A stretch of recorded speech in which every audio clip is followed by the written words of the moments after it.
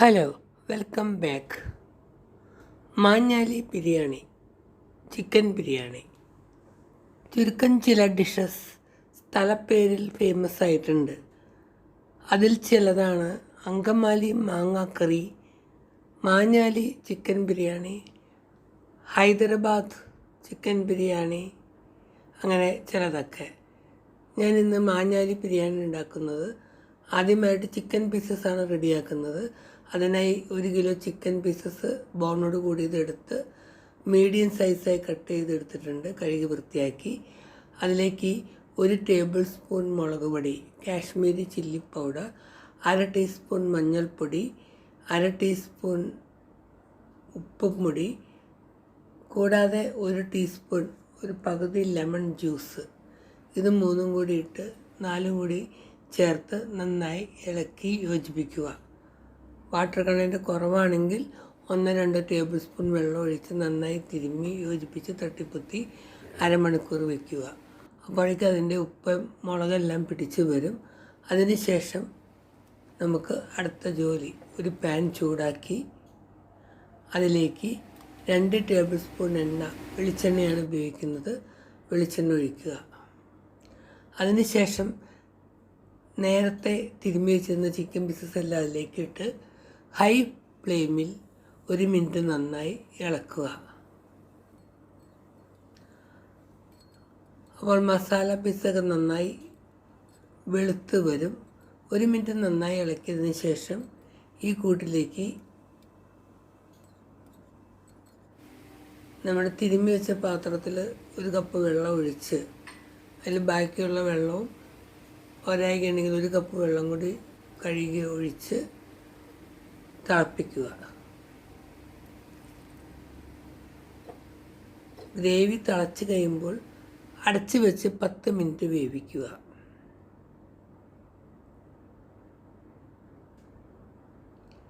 ഇടയ്ക്ക് ഒന്ന് ഇളക്കി കൊടുത്തു കൊള്ളണം. 10 മിനിറ്റ് കഴിയുമ്പോൾ ഏകദേശം വെന്ത് കാണും. അതിനകത്തുള്ള ഗ്രേവി ഒരു പാത്രത്തിലേക്ക് എടുത്ത് മാറ്റുക.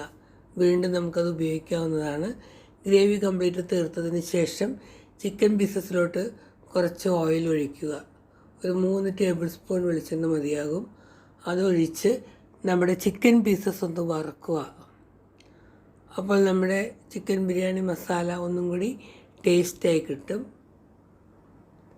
ഇടയ്ക്ക് മറിച്ചിട്ട് ഒരു സെമി ഫ്രൈ ആക്കി, ഒന്നും കൂടി ഡീപ്പ് ബ്രൗണൊന്നും ആകണ്ട, എങ്കിലും നന്നായി വറുത്ത് ചിക്കൻ പീസസ് കോരുക.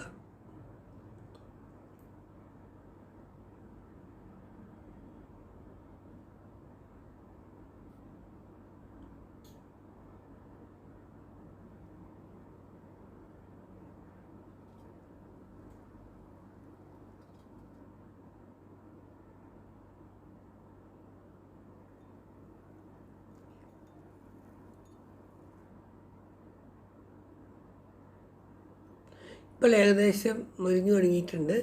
നമുക്കതൊരു പാനിലോട്ട്, ഒരു പാത്രത്തിലോട്ട് വറുത്ത ചിക്കൻ പീസസ് മാറ്റുക. എല്ലാ ചിക്കൻ പീസസും മാറ്റിയതിന് ശേഷം ആ എണ്ണയിലേക്ക് തന്നെ നമുക്ക് ഇതിൻ്റെ ഗ്രേവി പ്രിപ്പയർ ചെയ്യാം.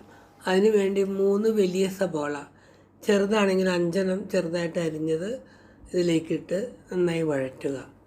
ഇത് ബ്രൗൺ നിറമൊന്നും ആകണ്ട, ജസ്റ്റ് ഒന്ന് ട്രാൻസ്പെറൻ്റായി കിട്ടിയാൽ മതി.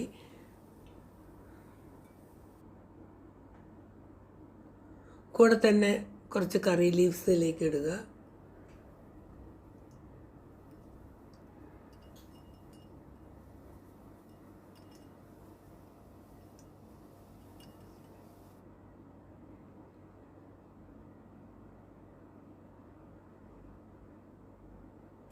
കുറച്ച് ജിഞ്ചർ ക്യൂബ്സും ചെറുതായിട്ട് അരിഞ്ഞതൊക്കെ അല്ലെങ്കിൽ ക്രഷ് ചെയ്തതും, വെളുത്തുള്ളി അരിഞ്ഞതും അല്ലെങ്കിൽ ചതച്ചതും ഇതിലേക്കിട്ട് എല്ലാം കൂടി നന്നായി ഒന്നും കൂടി ഇളക്കി നല്ല ട്രാൻസ്പെറൻ്റ് ആകണം. ഇപ്പോൾ ഏകദേശം റെഡി ആയിട്ടുണ്ട്.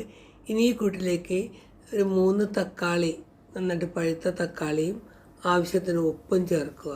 ഒരു 1/2 ടീസ്പൂൺ ഉപ്പും കൂടി വേണ്ടി വരും. അതും ചേർത്ത് നന്നായി ഇളക്കി യോജിപ്പിക്കുക. എല്ലാം ഇളക്കി നന്നായി യോജിപ്പിച്ചതിന് ശേഷം എല്ലാം കൂടി തട്ടിപ്പൊത്തി ഒരു 4 മിനിറ്റ് അടച്ചു വെച്ച് വേവിക്കുക. അപ്പോഴേക്കും തക്കാളി എല്ലാം നന്നായി വെന്ത് വരും. നമുക്കത് ഉടച്ചെടുക്കാനുള്ളതാണ്. ഇപ്പോൾ ഏകദേശം വെന്ത് തുടങ്ങിയിട്ടുണ്ട്. അതൊക്കെ തവി കൊണ്ട് ഉടച്ചാൽ ഉടഞ്ഞ് കിട്ടുന്നതാണ്. അങ്ങനെ എല്ലാം ഒന്ന് ഉടഞ്ഞതിന് ശേഷം ഈ കൂട്ടിലോട്ട് നമുക്ക് ഡ്രൈ ഇൻഗ്രീഡിയൻസ് ചേർക്കാവുന്നതാണ്. അതിൻ്റെ മുന്നേ തന്നെ നമുക്കൊരു പിടി മല്ലിയില ഇഷ്ടമുള്ളവർക്ക് അതും ചേർക്കാവുന്നതാണ്. ഒന്നും കൂടി ഇളക്കി യോജിപ്പിച്ചതിന് ശേഷം ഇതിലേക്ക് ഒരു 1.5 ടേബിൾ സ്പൂൺ കാശ്മീരി ചില്ലി പൗഡറും 2 ടേബിൾ സ്പൂൺ മല്ലിപ്പൊടിയും 1/2 ടീസ്പൂൺ മഞ്ഞൾപ്പൊടിയും ചേർത്ത് നന്നായി ഇളക്കി യോജിപ്പിക്കുക. പൊടികളുടെ എല്ലാം പച്ചമണം മാറിക്കഴിയുമ്പോൾ നമുക്ക് ഇതിലേക്ക് നേരത്തെ മാറ്റി വെച്ചിരിക്കുന്ന ഗ്രേവിയും കൂടെ തന്നെ ഒരു ചെറുനാരങ്ങ നീരും ഒഴിക്കാവുന്നതാണ്.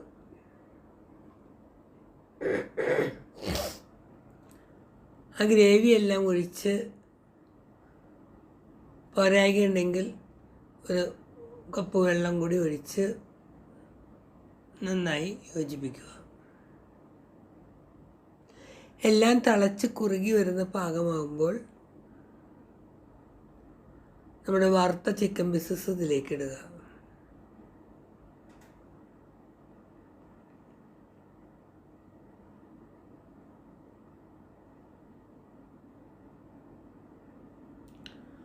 അതിനുശേഷം നന്നായി ഇളക്കി യോജിപ്പിച്ച് അടച്ച് വെച്ച് ഒരു 5 മിനിറ്റ് വേവിക്കുക ലോ ഫ്ലെയിമിൽ. 5 മിനിറ്റ് കഴിയുമ്പോൾ ഒന്നും കൂടി ഇളക്കി യോജിപ്പിക്കുക. അതിനുശേഷം ഈ കൂട്ടിലോട്ട് 1 ടീസ്പൂൺ ഗരം മസാല ചേർക്കുക.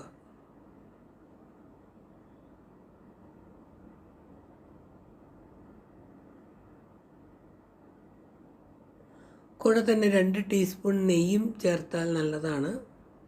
അതിൻ്റെ ഫ്ലേവർ നല്ല ടേസ്റ്റുമായിരിക്കും. അങ്ങനെ നമ്മുടെ മാഞ്ഞാലി ബിരിയാണിക്കുള്ള ചിക്കൻ റെസിപ്പി റെഡി ആയിട്ടുണ്ട്. ഇനി ഇത് മാറ്റി വെച്ച് വേറൊരു പാൻ ചൂടാക്കി അതിലേക്ക് 4 ടേബിൾ സ്പൂൺ നെയ്യും 4 ടേബിൾ സ്പൂൺ ഓയിലും ഒഴിച്ച് ചൂടാക്കുക. ചൂടാക്കിയ പാനിലോട്ട് 2 ചെറിയ സബോള അരിഞ്ഞത് ഇട്ട് വറുത്ത് കോരുക. നമുക്ക് ഡെക്കറേറ്റ് ചെയ്യാൻ വേണ്ടിയാണ്.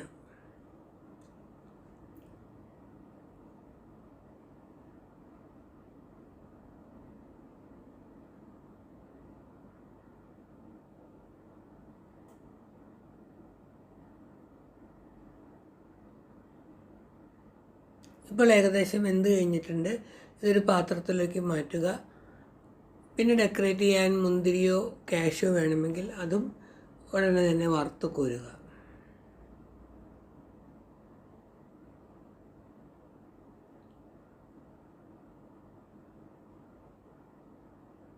അതിനുശേഷം ഈ പാനിലോട്ട് ഈ ഓയിലിലോട്ട് ബേ ലീവ്സ്, കറുവപ്പട്ട, കരയാമ്പൂ, ഏലക്ക, 3-5 കുരുമുളക്, പോപ്കോൺസ്, പെപ്പർകോൺസ് എല്ലാം ഇട്ട് നന്നായി കുറച്ച് ജീരകം, പെരിഞ്ജീരകം ഇട്ട് ഇളക്കി അതിന് ശേഷം കുറച്ച് വെളുത്തുള്ളി, ടേസ്റ്റ് ഇഷ്ടമുള്ളവർക്ക് വെളുത്തുള്ളി അരിഞ്ഞത് എടുത്ത് നന്നായി മൂപ്പിക്കുക. അതിനുശേഷം ഈ കൂട്ടിലോട്ട് ഒരു 5.25 കപ്പ് വെള്ളം തിളപ്പിച്ചത് ബോയിൽഡ് വാട്ടർ, 3 കപ്പ് അരിയാണ് ഉപയോഗിക്കുന്നത്. അതുകൊണ്ട് 5.25 കപ്പ്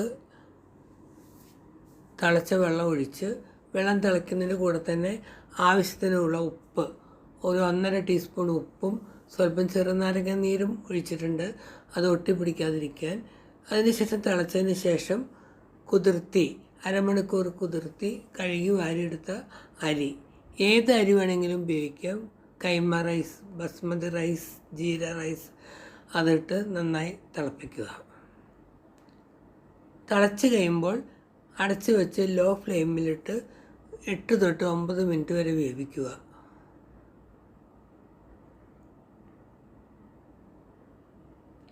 ഏകദേശം 5 മിനിറ്റ് കഴിഞ്ഞിട്ടുണ്ട്.